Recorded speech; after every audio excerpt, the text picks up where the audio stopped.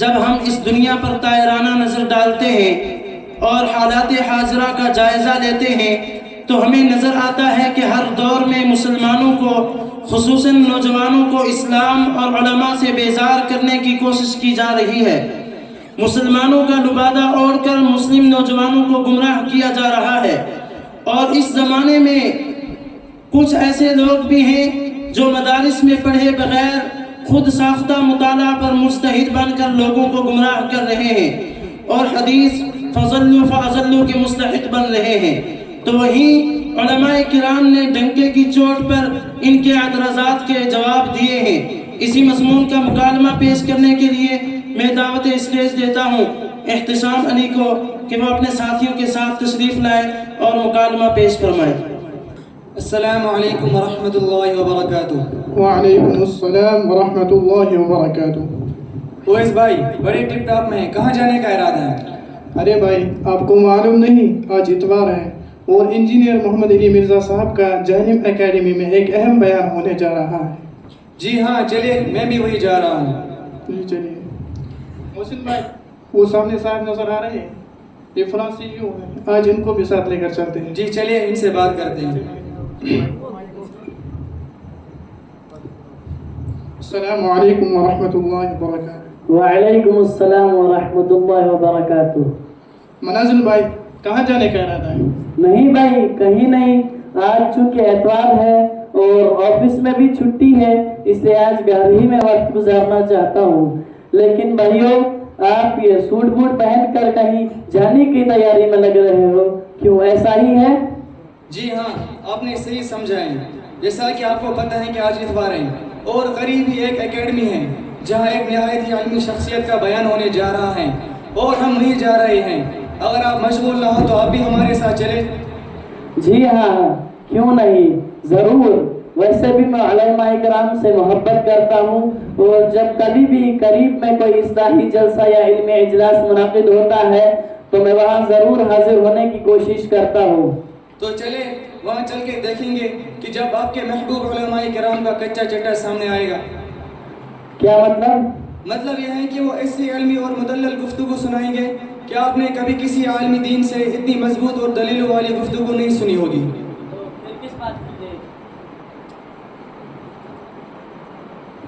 تو پھر کس بات کی دیر، چلیے چلتے ہیں۔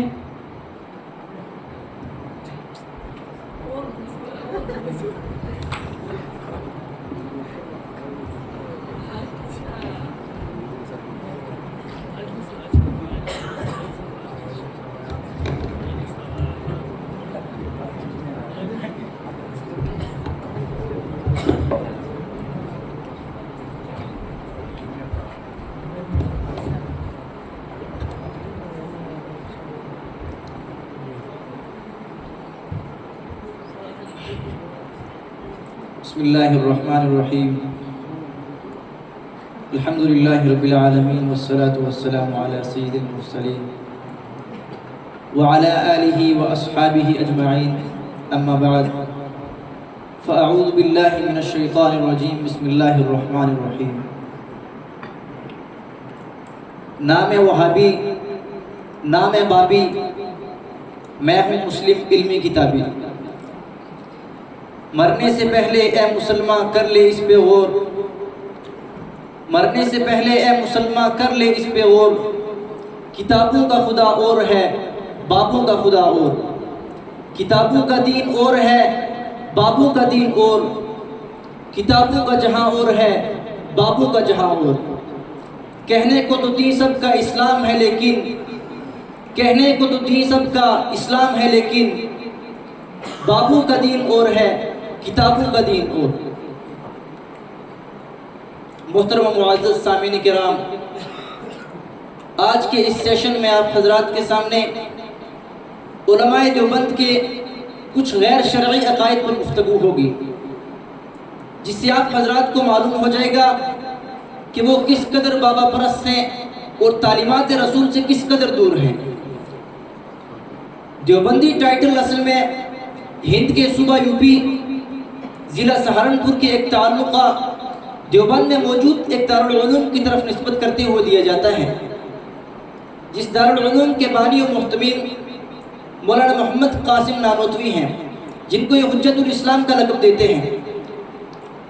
وہ اپنی کتاب تحذیر الناس میں لکھتے ہیں کہ حضور صلی اللہ علیہ وسلم کا آخر میں آنا فضیلت کا باعث نہیں، بلکہ بالفرض اگر آپ کے بعد بھی کوئی نبی آ جائے تو آپ کی نبوت پر کوئی فرق نہیں پڑے گا، اس لیے کہ آپ کی نبوت ذاتی ہے اور دیگر انبیاء کی نبوت عارضی ہے۔ اس عبارت میں وہ اس بات کا چکمہ دینے کی کوشش کر رہے ہیں اور پس پردہ ختم نبوت کے منکر اور قادیانیوں کے حامی نظر آتے ہیں، اور تو اور ان کے متابعین ان پر تنقید کرنے کے بجائے ان کا دفاع بھی کرتے ہیں، جس سے صاف معلوم ہوتا ہے کہ تمام دیوبندیوں کا یہی عقیدہ ہے۔ حالانکہ قرآن میں واضح طور پر کہا گیا ہے ما کان محمد ابا احد من رجالکم ولکن رسول اللہ وخاتم النبیین، اور نبی کریم صلی اللہ علیہ وسلم کا ارشاد گرامی ہے کہ میں آخری نبی ہوں، میرے بعد کوئی نبی نہیں آئے گا۔ اور قاسم نانوتوی کہہ رہا ہے کہ اگر حضور صلی اللہ علیہ وسلم کے بعد بھی کوئی نبی آ جائے تو آپ کی نبوت پر کوئی فرق نہیں پڑے گا۔ اسی طرح دیوبندی مکتبہ فکر کے ایک اور عالم دین جن کو یہ حکیم الامت کا لقب دیتے ہیں، ان کا واقعہ رسالۃ الامداد میں اس طرح شائع ہوا ہے کہ ایک مرید حضرت کو خط لکھتا ہے اور کہتا ہے کہ میں خواب دیکھ رہا ہوں اور خواب میں کلمہ شریف لا الہ الا اللہ محمد رسول اللہ پڑھتا ہوں، لیکن محمد رسول اللہ کی جگہ اشرف علی کہتا ہوں۔ پھر خیال ہوتا ہے کہ غلطی ہوئی، صحیح پڑھنے کی کوشش کرتا ہوں لیکن پھر سے غلطی ہوتی ہے۔ اسی کشمکش میں بیدار ہو جاتا ہوں اور دوسری کروٹ لیٹ کر کلمہ شریف کی غلطی کے تدارک کے لیے حضور صلی اللہ علیہ وسلم پر درود شریف پڑھتا ہوں، لیکن پھر سے یہی کہتا ہوں اللہم صلی علی سیدنا و مولانا اشرف علی۔ حالانکہ آپ بیدار ہوں، یہ خواب نہیں ہے، زبان قابو میں نہیں ہے، بے اختیار ہوں۔ پھر اس کے بعد وہ لکھتا ہے کہ میں خوب رویا۔ حضرت تھانوی اس کے جواب میں لکھتے ہیں کہ آپ کے اس واقعے میں تسلی ہے کہ آپ جس کی طرف نسبت کر رہے ہیں وہ بحمد اللہ متبع سنت ہے۔ حالانکہ یہ بات میرے اور آپ کے سامنے آتی یا کسی عام آدمی سے سوال کیا جاتا تو وہ یہی کہتا کہ بھائی توبہ کرو، اللہ سے ڈرو، لیکن ان کا بابا انہیں اپنا کلمہ پڑھا رہا ہے۔ اسی لیے تو میں کہتا ہوں کہ میرے نبی سا ہے کوئی نہیں، تواڈے بابے تے شے ہی کوئی نہیں۔ یہ تو ان کے بابو کے متعلق ایک ٹریلر ہے، اس جیسی کئی اور عبارت ہیں، اس جیسی کئی اور گستاخانہ عبارت ہیں جن کا بندے نے پوسٹ مارٹم کیا ہے الحمدللہ۔ اسی طرح مولویوں کی ایک اور بڑی خیانت یہ ہے کہ وہ حق بیانی سے کتراتے ہیں۔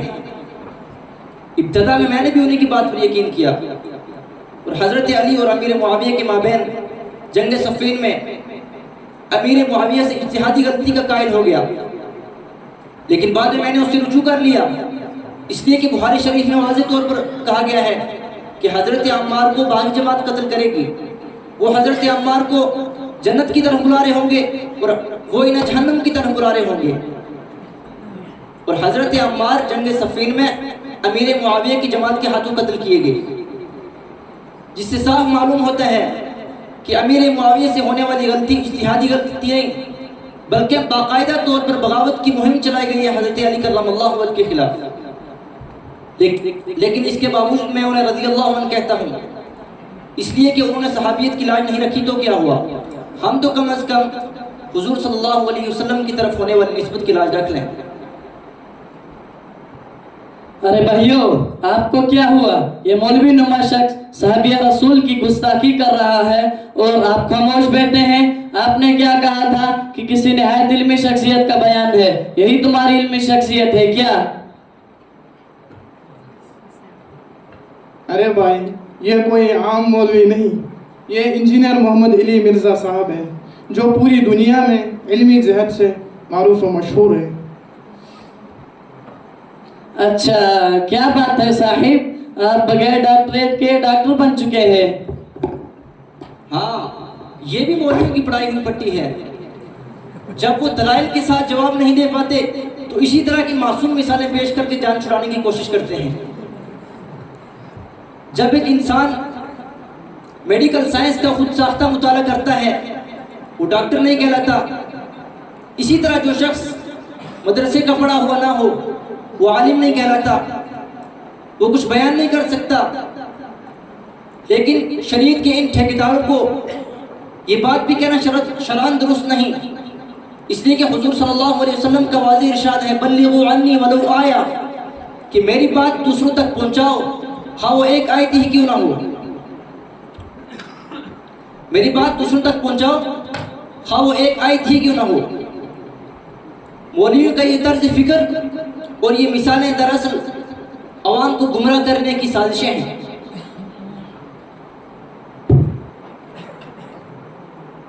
بھائی یہ صاحب قوت خطابت سے زخرف القول غرورا کر رہا ہے، لہٰذا میں تو کہتا ہوں کسی عالم دین کو بلانا چاہیے تاکہ واضح ہو جائے گی کہ کون حق پرست ہے.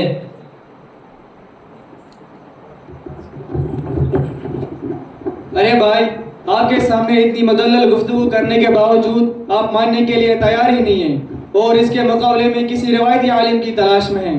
چلو خیر، آپ کی اس چاہت کو بھی پورا کرتے ہیں. اگر آپ کی نگاہ میں استاد محترم محمد انجینئر علی مرزا کی جیسے بات کرنے پر کوئی دلائل کے ساتھ بات کرنے پر کوئی قادر ہو تو آپ بلا لیجئے اسے.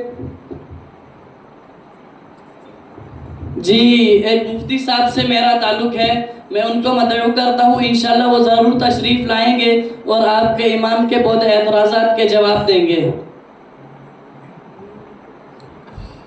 جی چاہے شیخ ہو یا مفتی آپ بلا لیجئے. السلام علیکم ورحمۃ اللہ وبرکاتہ. وعلیکم السلام ورحمۃ اللہ وبرکاتہ. مفتی صاحب امید ہے کہ آپ خیر وعافیت سے ہوں گے. الحمدللہ. معذرت کے ساتھ اگر آپ مشغول نہ ہو تو کچھ عرض کرنا چاہتا ہوں. کوئی بات نہیں، آپ فرمائیں.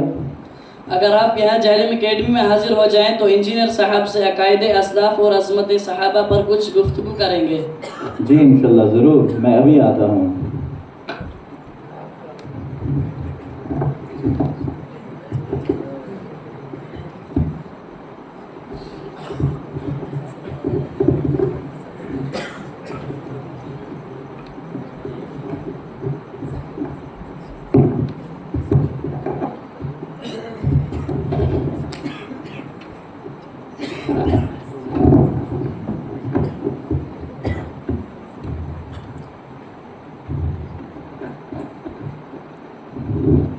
جی منازل بھائی، کون سے عقائد اسلاف اور عظمت صحابہ کے کس پہلو پر کیا گفتگو کرنی ہے؟ مفتی صاحب، ان صاحب نے اسلاف کے کچھ عقائد اور حضرت امیر معاویہ کو موضوع گفتگو بنا کر بہت ہی ناشائستہ الفاظ اور غیر مہذب کلمات سے حب اسلاف اور عظمت صحابہ کو مجروح کیا. میں نے ان کی پوری تقریر کو ریکارڈر میں قید کر لیا ہے، یہ لیجئے آپ سنیے اور پھر جوابات دیجیے.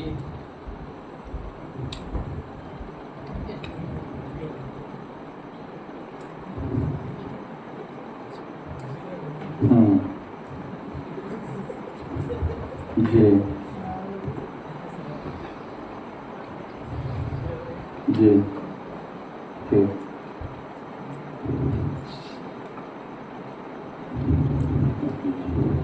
السلام علیکم ورحمۃ اللہ. وعلیکم السلام ورحمۃ اللہ وبرکاتہ. انجینئر صاحب اگر آپ کی اجازت ہو تو میں آپ کے جوابات کا، یہ اعتراضات کا جوابات دے دیتا ہوں. جی ہاں، میرے اسٹوڈنٹس نے جن شرائط کے ساتھ آپ کو جوابات دینے کے لیے مدعو کیا ہے، اگر آپ ان شرائط کے ساتھ مدلل طریقے سے جوابات دے سکتے ہیں تو مجھے کوئی اعتراض نہیں، میں سن رہا ہوں، آپ ارشاد فرمائیں. الحمدللہ الحمدللہ وحدہ والصلاة والسلام علی من لا نبی بعدہ، اما بعد فاعوذ باللہ من الشیطان الرجیم. بسم اللہ الرحمن الرحیم. ومن يشاقق الرسول من بعد ما تبين له الهدى ويتبع غير سبيل المؤمنين نوله ما تولى ونصله جهنم وساءت مصيرا. صدق الله العظيم. معزز سامعین کرام و مہمانان اعظام، السلام علیکم ورحمۃ اللہ وبرکاتہ.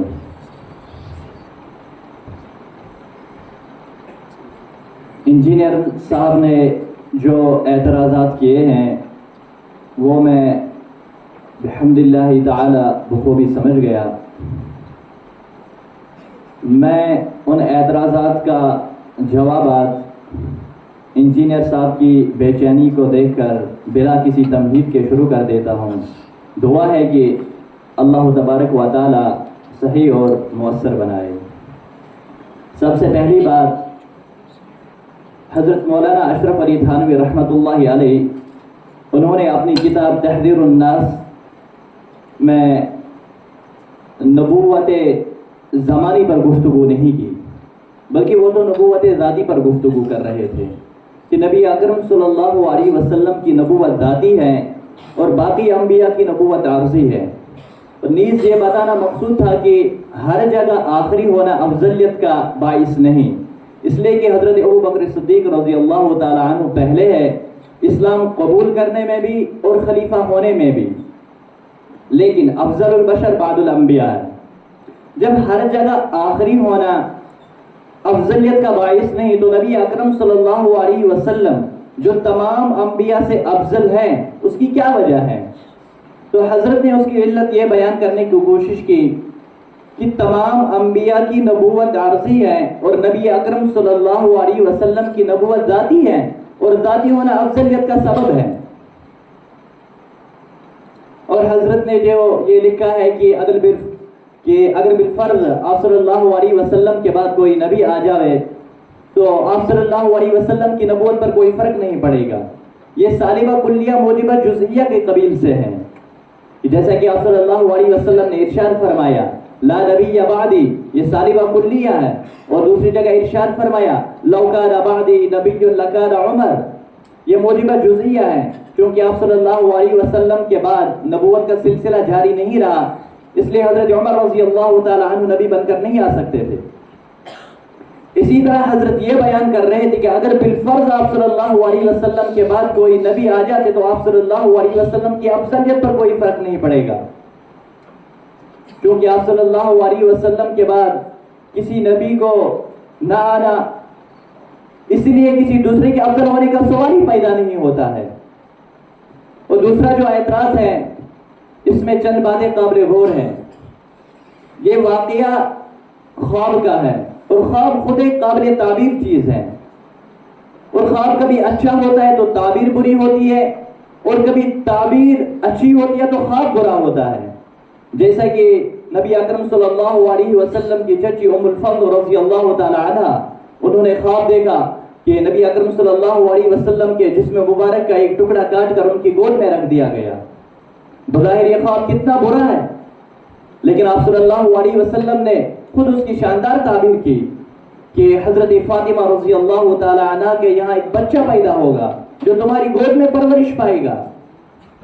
بھائی خواب جو ہے نا، خواب نیند کی حالت میں ہوتا ہے، اور نیند کی حالت میں صادر ہونے والے کلمات قابل مواخذہ نہیں ہوتے ہیں، جیسے کہ آپ صلی اللہ علیہ وسلم نے ارشاد فرمایا انه ليس في النوم تفريط وانما التفريط في اليقظة۔ اور خواب کا دوسرا جز اگرچہ بیداری کی حالت میں ہے، لیکن اس نے بالقصد اور اختیار کے اللہم صلی علی سیدنا و مولانا اشرف علی نہیں کہا، بلکہ بلا قصد اور اختیار کی اس کی زبان سے وہ الفاظ نکل گئے، حالانکہ ان کی خود کے یہ الفاظ ہے کہ میں بے اختیار ہوں، میں مجبور ہوں، میری زبان قابو میں نہیں ہے۔ اور جو الفاظ بغیر اختیار کے بلا قصد کے زبان سے نکل جاتے ہیں ان پر مواخذہ نہیں ہوتا ہے، کیونکہ آپ صلی اللہ علیہ وسلم کا ارشاد گرامی ہے ان اللہ تجاوز عن امتی الخطا والنسیان وما استکرهوا علیہ۔ اس حدیث مبارک سے معلوم ہوتا ہے کہ اگر خطا اور بلا قصد اور اختیار کے کوئی الفاظ زبان سے نکل جائے تو اس پر مواخذہ نہیں ہوگا۔ اب ان چند مذکورہ باتوں کے بعد آپ ذرا غور فرمائیے کہ اس نے کلمہ لا الہ الا اشرف علی خواب میں پڑھا، اور خواب کی تعبیر مختلف بھی ہوتی ہے، حالانکہ تعبیر مستقل ایک علم ہے جو علم ہر عام و خاص کے حصول سے بالا تر ہے، لہذا اس کے ظاہری معنی مراد نہیں ہو سکتے ہیں، بلکہ مطلب یہ ہوگا کہ تم ایسے شخص کی پیروی کرتے ہو جو متبع سنت اور نبی کا غلام ہے۔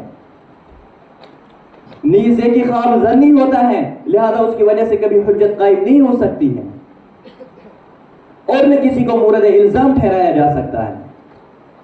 مزید ایک ہی خواب نیند کی حالت میں ہوتا ہے، اور نیند کی حالت میں حدیث کی روح سے جو الفاظ زبان سے نکلتے ان پر مواخذہ نہیں ہے، اس لیے کہ اس کو کہنا کہ اللہ سے ڈرو، توبہ کرو وغیرہ الفاظ، اس پر کہنا اس لیے بھی ضروری نہیں ہے کیونکہ وہ خود گھبرایا ہوا تھا، اس لیے کہ اس کا کہنا کہ اللہ ڈرو توبہ کرو تحصیل حاصل تھا، اس لیے بحالت نوم اشرف علی رسول اللہ کہنے پر کوئی مواخذہ نہیں ہوگا۔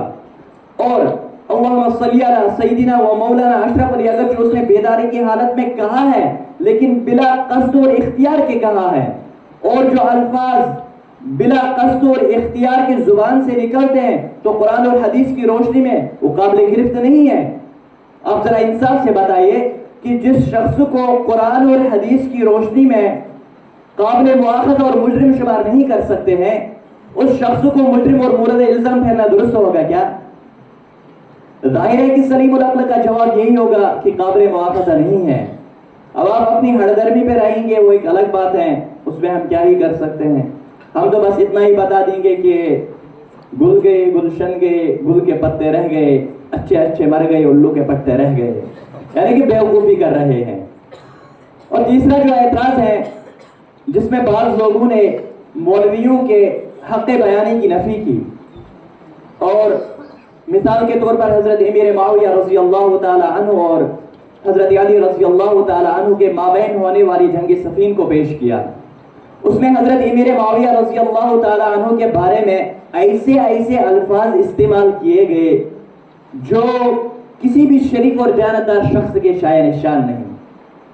تاہم اس کا جواب یہ ہے کہ موصوف نے جو حدیث پیش کی تقتلہ الفئۃ الباغیہ یدعوہم عمار الی الجنۃ ویدعونہ الی النار، اس حدیث پر محدثین نے تفصیلی کلام کیا ہے، اور بعض نے اس حدیث کے دوسرے حصے یعنی یدعوہم کے اسی روایت کا جز ہونے کی ہی نفی کی ہے اور کہا کہ یہ دوسرے حدیث سے ملائے گئے الفاظ ہیں۔ اس سب کے باوجود اگر بالفرض یہ حدیث پوری صحیح اور ایک ساتھ ثابت بھی مان لیا جائے اور یہ بھی مان لیا جائے کہ الفیۃ الباغیہ سے حضرت امیر معاویہ رضی اللہ تعالی عنہ کی جماعت ہے، تب بھی یہ لازم نہیں آتا ہے کہ حضرت امیر معاویہ رضی اللہ تعالی عنہ کی طرف بغاوت حقیقی بالقصد ثابت ہو جائے۔ اس کی وجہ یہ ہے کہ بخاری شریف میں اس سے پہلے ایک اصولی حدیث موجود ہے، اذا التقى المسلمان بسيفيهما فالقاتل والمقتول في النار، کہ جب دو مسلمان تلوار لے کر آمنے سامنے ہو جائے تو قاتل بھی جہنمی مقتول بھی۔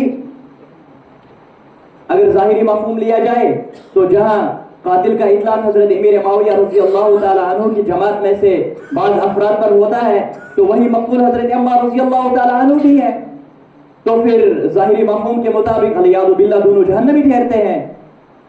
لیکن ظاہر ہے کہ ہم اس کے ظاہری مفہوم کو نہیں مانتے ہیں اور نہ آپ مانتے ہیں، کیونکہ امت کا اس پر اجماع ہے کہ دونوں فریق جنتی تھے۔ لہذا جس طرح اس میں تعویل ناگزیر ہے تو اسی طرح حضرت امیر معاویہ رضی اللہ تعالی عنہ کے بارے میں وارد حدیث میں بھی تعویل کی جائے گی، اور صحیح تعویل یہ ہے کہ یہاں بغاوت حقیقی نہیں بلکہ بغاوت صوری مراد ہے۔ اس کی دلیل یہ ہے کہ حضرت امیر معاویہ رضی اللہ تعالی عنہ کی جماعت میں حضرت مغیرہ بن شعبہ رضی اللہ تعالی عنہ جیسے جلیل القدر صحابی بھی موجود تھے، جن کے بارے میں اللہ تبارک و تعالی نے بیعت رضوان کے موقع پر واضح فرمایا کہ لقد رضی اللہ عن المؤمنین اذ یبایعونک تحت الشجرہ، یقیناً اللہ تبارک و تعالی ان ایمان والوں سے راضی ہو چکا ہے جو آپ کے ہاتھ پر درخت کے نیچے بیعت کر رہے تھے، اور انہی صحابہ میں حضرت مغیرہ بن شعبہ رضی اللہ تعالی عنہ بھی شامل ہے۔ جب اللہ تبارک و تعالی کی رضا ان پر ثابت ہے، جب اللہ تبارک و تعالی کی ذرا دھیان فرمائے، جب اللہ تبارک و تعالی کی رضا ان پر ثابت ہے تو بغاوت حقیقی کا حکم ان پر کیسے درست ہو سکتا ہے؟ دیکھو بھائی مسئلہ کیا ہے، یہاں اصول یہ بنتا ہے کہ الفیات الباغیہ والی حدیث خبر واحد ہے اور قرآن کریم قطعی ثبوت ہے۔ جب ایک طرف خبر واحد میں بغاوت کا ذکر ہو اور دوسری طرف قرآن میں رضا الہی کا ذکر ہو تو تعارض کی صورت میں قرآن کو ترجیح دی جائے گی اور بغاوت حقیقی کا حکم ساقط ہو جائے گا۔ باقی صرف اجتہادی غلطی رہ جائے گی جو ایک اجر کا باعث ہے. اور یہ تاریخ میں ایک قضیہ پیش آیا ہے، اور تاریخ میں اور ایک قضیہ بھی پیش آیا ہے جس کے بارے میں نبی اکرم صلی اللہ علیہ وسلم نے خبر دی اس سے پہلے ہی، کہ اس قضیہ کے پیش آنے سے پہلے ہی خبر دی تھی کہ ابنی ھذا سید ولعل اللہ ان یصلح به بین فئتین عظیمتین من المسلمین، کہ میرا یہ بیٹا یعنی حسن امیر ہے، کہ قریب ہے کہ اللہ تبارک و تعالی ان کے ذریعے دو مسلمانوں کی عظیم جماعتوں کے درمیان، کیا دو مسلمانوں کی عظیم جماعتوں کے درمیان صلح کروا دے. اور حضرت امیر معاویہ رضی اللہ تعالی عنہ کی جماعت بھی اس میں شامل ہے. جب نبی اکرم صلی اللہ علیہ وسلم نے خود انہیں فئتین عظیمتین فرمایا، تو پھر ایک حدیث کو لے کر قرآن کریم، حدیث صحیحہ اور مجموعی نصوص کو نظر انداز کرنا یہ علمی دیانت کے خلاف ہے، اور ایسا طرز استدلال کسی نیک اور شریف شخص سے توقع نہیں کی جا سکتی ہے. اور چوتھی بات موصوف نے یہ کہی کہ یہ بھی مولویوں کی پڑھائی ہوئی پٹی ہے. موصوف نے زخرف القول غرورن کرتے ہوئے اپنے افکار کی اشاعت یا اپنے مسلک کے مثلہ کمثل العنکبوت کی تبلیغ کے لیے حدیث بلغوا عنی وروایا سے استدلال کیا، اور یہ کہا کہ دین مولویوں کی جاگیر نہیں ہے. اور مزید مثال مشہور کی کہ میڈیکل سائنس پڑھنے اور مطالعہ کرنے سے کوئی ڈاکٹر نہیں بنتا ہے، ایسی جگہ پیش کرنے کی تقلید کی ہے.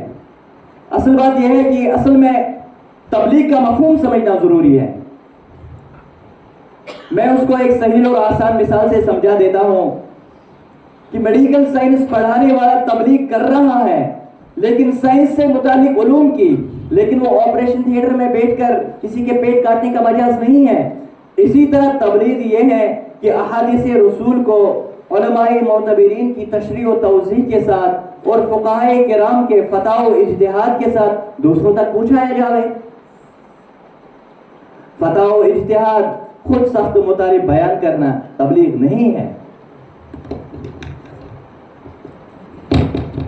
ارے بھائی، آپ کے استاد اور امام صاحب تو بھاگ رہے ہیں، کوئی تو انہیں روکیں. ارے حضرت خیریت تو ہے، آپ کہاں جا رہے ہیں؟